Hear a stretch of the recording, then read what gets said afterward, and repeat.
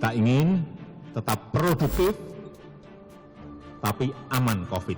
Dalam menuju ke tatanan baru itu, melihat angka-angka bagaimana kurva R0-nya seperti di Bekasi ini sudah di bawah 1. Sudah bagus. Harus sangat hati-hati, indikatornya harus jelas, ya, berdasarkan kajian dan masukan semua pakar. Beberapa negara yang mulai menerapkan itu biasanya pada kondisi yang sudah stabil, sudah landai, nah itu baru diterapkan.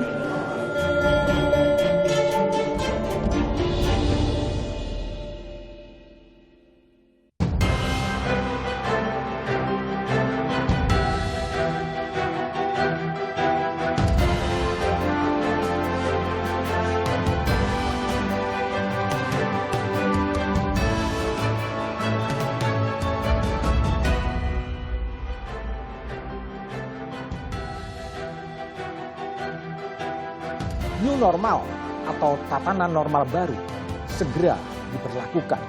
Sejumlah protokol kini tengah disiapkan. Kekuatan TNI dan Polri pun turut dilibatkan. Namun, rencana ini ibarat sebuah pertaruhan.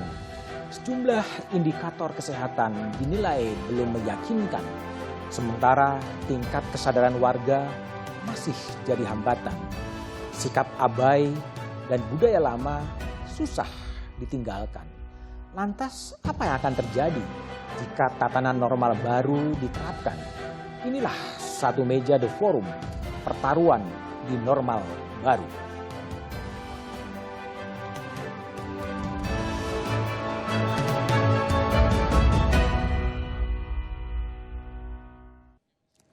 Sejak 2 Maret 2020, Indonesia mencatatkan 23.852 pasien positif COVID-19. Dampak COVID-19 terhadap ekonomi telah memaksa pemerintah untuk melonggarkan pemenjaraan fisik melalui pembatasan sosial berskala besar dengan frase new normal, normal baru, kebiasaan baru. Apakah normal baru merupakan sebuah pertaruhan besar pemerintah? Itulah tema Satu Meja The Forum. Saya juga telah terhubung dengan juru bicara Presiden Fajrul Rahman dan juga ekonom dari Indef Bima Yudhistira. Selamat malam Fajrul. Fajrul? Satu Meja. Mendengar Fajrul suara saya? Mendengar sangat jelas. Oke, Bung Fajrul. Saya minta pengertian dan pemahaman Anda. Banyak orang mencari-cari di kamus, new normal itu sebetulnya apa? Nggak ditemukan di kamus itu. Begitu ya. Pemahaman yang sekarang dikembangkan oleh pemerintah, kalau dinyatakan dalam bahasa namanya kan normal baru atau kenormalan baru. Yaitu satu tahapan di mana kita 270 juta rakyat atau tepatnya yang berada di daerah yang menghadapi PSBB atau tepatnya di 4 provinsi dan 25 kabupaten kota ini akan hidup berdampingan dengan COVID-19. Berdampingan dengan COVID-19. Oleh karena sampai hari ini kan belum ada vaksin terhadap COVID-19. Sementara kehidupan tetap harus berjalan. Jadi semacam ini balancing antara bahaya COVID-19 dengan kondisi sosial yang harus tetap berjalan. Artinya normal baru ini sebuah keputusan politik dari pemerintah karena COVID memang harus tetap ada dan harus beradaptasi sehingga diambil keputusan politik untuk memasuki era kenormalan baru. Lebih tepatnya adalah keputusan yang berbasiskan kepada ilmu pengetahuan atau sains, oleh karena kondisi misalnya ada pengurangan atau ada penurunan atau pelandaian pada COVID-19-nya, kemudian ada kriteria seperti surveian, dan kemudian ada kesiapan pada pelayanan kesehatan. Dan inilah yang menjadi ukuran-ukuran dari pemerintah pusat. Karena kan yang namanya PSBB ini kan merupakan tugas dari pemerintah pusat, gugus tugas pemerintah pusat dalam hal ini ada Kementerian Kesehatan, kemudian pemerintah daerah, kemudian gugus tugas baik pusat dan daerah. Nah, tetap ada ukurannya. yang disebut dengan kenormalan baru ini. Fajrul, Ya. apakah kemudian apa yang disampaikan tadi soal penurunan secara konsisten selama 2 minggu, lalu penurunan kesiapan fasilitas kesehatan dan lain sebagainya, memang sudah realitasnya sudah demikian sehingga Presiden Jokowi mengambil keputusan untuk memasuki normal baru? Ini kan persiapan menuju norma baru. Termasuk seperti tadi disebutkan bahwa akan ada upaya pendisiplinan yang atau kita menyebutnya sebagai disiplin sosial dengan menurunkan 340.000 misalnya TNI Polri untuk lebih meyakinkan dalam upaya hal ini, dan kenormalan baru ini juga tidak serentak di seluruh Indonesia. Di mana yang akan diambil? Di mana ketika ukuran tadi itu adanya penurunan pada COVID-19, kemudian surveillancenya, kemudian juga terkait dengan pelayanan kesehatannya ternyata sudah lebih baik, maka dia akan dimulai perlahan-lahan. Jadi ini bertahap. Dan pemerintah kan juga sudah menyiapkan sekarang yang namanya protokol-protokol, termasuk yang terakhir adalah protokol yang dikeluarkan oleh Kementerian Kesehatan. Ya betul, untuk sektor jasa dan perdagangan. Kemudian ada keputusan untuk perkantoran dan industri. Nah ini sepanjang dia menurun dan terkendali, kemudian dengan tadi ukuran termasuk juga ada sejumlah indikator yang dibuat oleh gugus tugas, dan apabila memenuhi itu semua nanti akan diputuskan oleh pemerintah yaitu Kementerian Kesehatan, gugus tugas baik provinsi maupun pusat maupun Pemda, lalu kemudian nanti juga oleh pihak Kementerian Kesehatan mewakili pusat begitu ya. Apakah ini bukan sebuah juga pertaruhan besar yang dipilih oleh pemerintahan Presiden Jokowi untuk kemudian dibuka new normal tetapi juga aman terhadap COVID?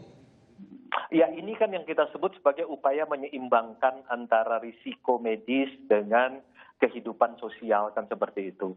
Karena kan ukurannya tadi jelas banget dalam suasana ketidakpastian mengenai belum juga ditemukannya vaksin COVID-19 ini, hidupan kan harus berjalan. Kehidupan memang adalah pertaruhan. Tetapi upaya mencari kesetimbangan di dalam kondisi, di dalam tahapan karena kita hidup masih bersama dengan COVID-19 ini, makanya diupayakan untuk masuk ke dalam apa yang kita sebut kenormalan baru. Saya lebih senang mungkin menyebutnya lebih mudah, kenormalan baru, yaitu satu tahap di mana kita hidup berdampingan dengan COVID-19 hingga titik di mana nanti vaksin COVID-19 itu ditemukan. Artinya Pak Fajrul, apakah memang karena faktor tekanan ekonomi dan tekanan sosial yang luar biasa sehingga kemudian Presiden Jokowi kemudian mengambil keputusan politik untuk memunculkan fase kenormalan baru itu? Lebih pada keputusan sebenarnya karena keadaan 3 hal tadi saja. Jadi saya tidak ingin menyungkupnya dalam ini sebagai keputusan politik begitu. Bahwa ini adalah kebijakan, ya. Tapi kebijakan berbasiskan kepada ilmu pengetahuan dengan mendasarkan kepada paling setidaknya pada 3 hal tadi. Teman-teman dari epidemiologi mengatakan bahwa sudah terjadi, sudah menurun dan terkendali. Kemudian yang kedua tadi angka surveillancenya juga sudah dimenuhi kriterianya. Kemudian kesiapan pelayanan kesehatannya juga bisa dikendalikan. Ini kan juga tidak langsung begitu. Nanti kalau tiba-tiba dalam kondisinya tiba-tiba ada kenaikan, kan itu kemudian juga dikuat. Normal lama lagi gitu ya? Diperketat kembali. Jadi kembali ke normal yang lama ya? Betul, jadi ini tidak bisa secara sekaligus seperti itu. Dan pertama dia tidak serentak di seluruh Indonesia, tergantung di mana 4 provinsi dan 25 kabupaten kota itu berdasarkan ukuran-ukuran yang sudah ditetapkan. Kemudian yang kedua, ketika kemudian terjadi sesuatu yang melanggar kriteria yang sudah ditetapkan, setidaknya yang 3 tadi, maka dia kemudian dilakukan pengetatan kembali. Baik. Fajrul, saya kembali ke Mas Bima Yudhistira, ekonom dari Indef. Bima, sebetulnya apa yang Anda baca dalam diksi atau frase normal baru yang sekarang menjadi kamus politik atau kamus pandemi baru sebetulnya? Iya, ini kan kebijakan yang sangat prematur sebenarnya. Prematur? Jadi kita kalau melihat di negara lain ya, kamus new normal seperti di Vietnam, Selandia Baru, kemudian juga ada di Taiwan, itu kan indikatornya bisa dilihat. Indikatornya bukan per provinsi begitu, tapi indikatornya adalah indikator nasional. Ketika korban COVID-nya itu sudah melandai, bahkan di Vietnam itu baru melonggarkan ketika angka kematiannya 0 misalnya. Sehingga kafe dibuka, toko dibuka, kehidupan pelan-pelan berjalan mengikuti arus yang disebut new normal tadi. Nah kalau di Indonesia ini menurut saya sangat prematur gitu ya, karena indikator kesehatannya nggak bisa dilihat cuma yang ada di PSBB, karena PSBB itu terbukti juga masih longgar gitu kan kemarin. Masih banyak kemudian yang memaksa untuk mudik, dan masih ada kemudian yang diperbolehkan di Tidak beberapa disiplin sektor lah ya. transportasi, tidak disiplin gitu ya. Yang kedua, kalau kita bicara soal new normal, pemerintah nggak bisa cuman kemudian menghimbau, kemudian membuat surat edaran protokol kesehatan. Tapi yang saya khawatirkan kalau pemaksaan new normal ini tanpa kemudian dibantu sektor-sektor UMKM atau sektor yang mikro, coba dibayangkan untuk protokol kesehatan saja, penyediaan APD, kemudian hand sanitizer dan peralatan kesehatan. Bahkan UMKM dan warung kecil itu gimana mau jaga jarak? Orang lapaknya aja sangat kecil, ukuran 4x4 meter misalnya, atau 2x2 meter. Sehingga itu yang membuat nanti khawatirnya pemaksaan new normal tanpa adanya subsidi APD yang jelas, protokol kesehatan yang dibantu bagi UMKM justru akan memperlebar kesenjangan. Memperlebar kesenjangan. Ya. Jadi Bima, kalau memang karena kan pemerintah sudah memberikan ada protokol Menteri Kesehatan, ada protokol apalagi yang mengarahkan bahwa memang harus bersiap menuju era kenormalan baru. Tapi apakah memang betul Anda lihat bahwa sekarang tekanan ekonomi yang tadi membuat Bima mengatakan kebijakannya terlalu cepat atau terlalu prematur, tapi jawabannya Bima setelah jeda berikut ini.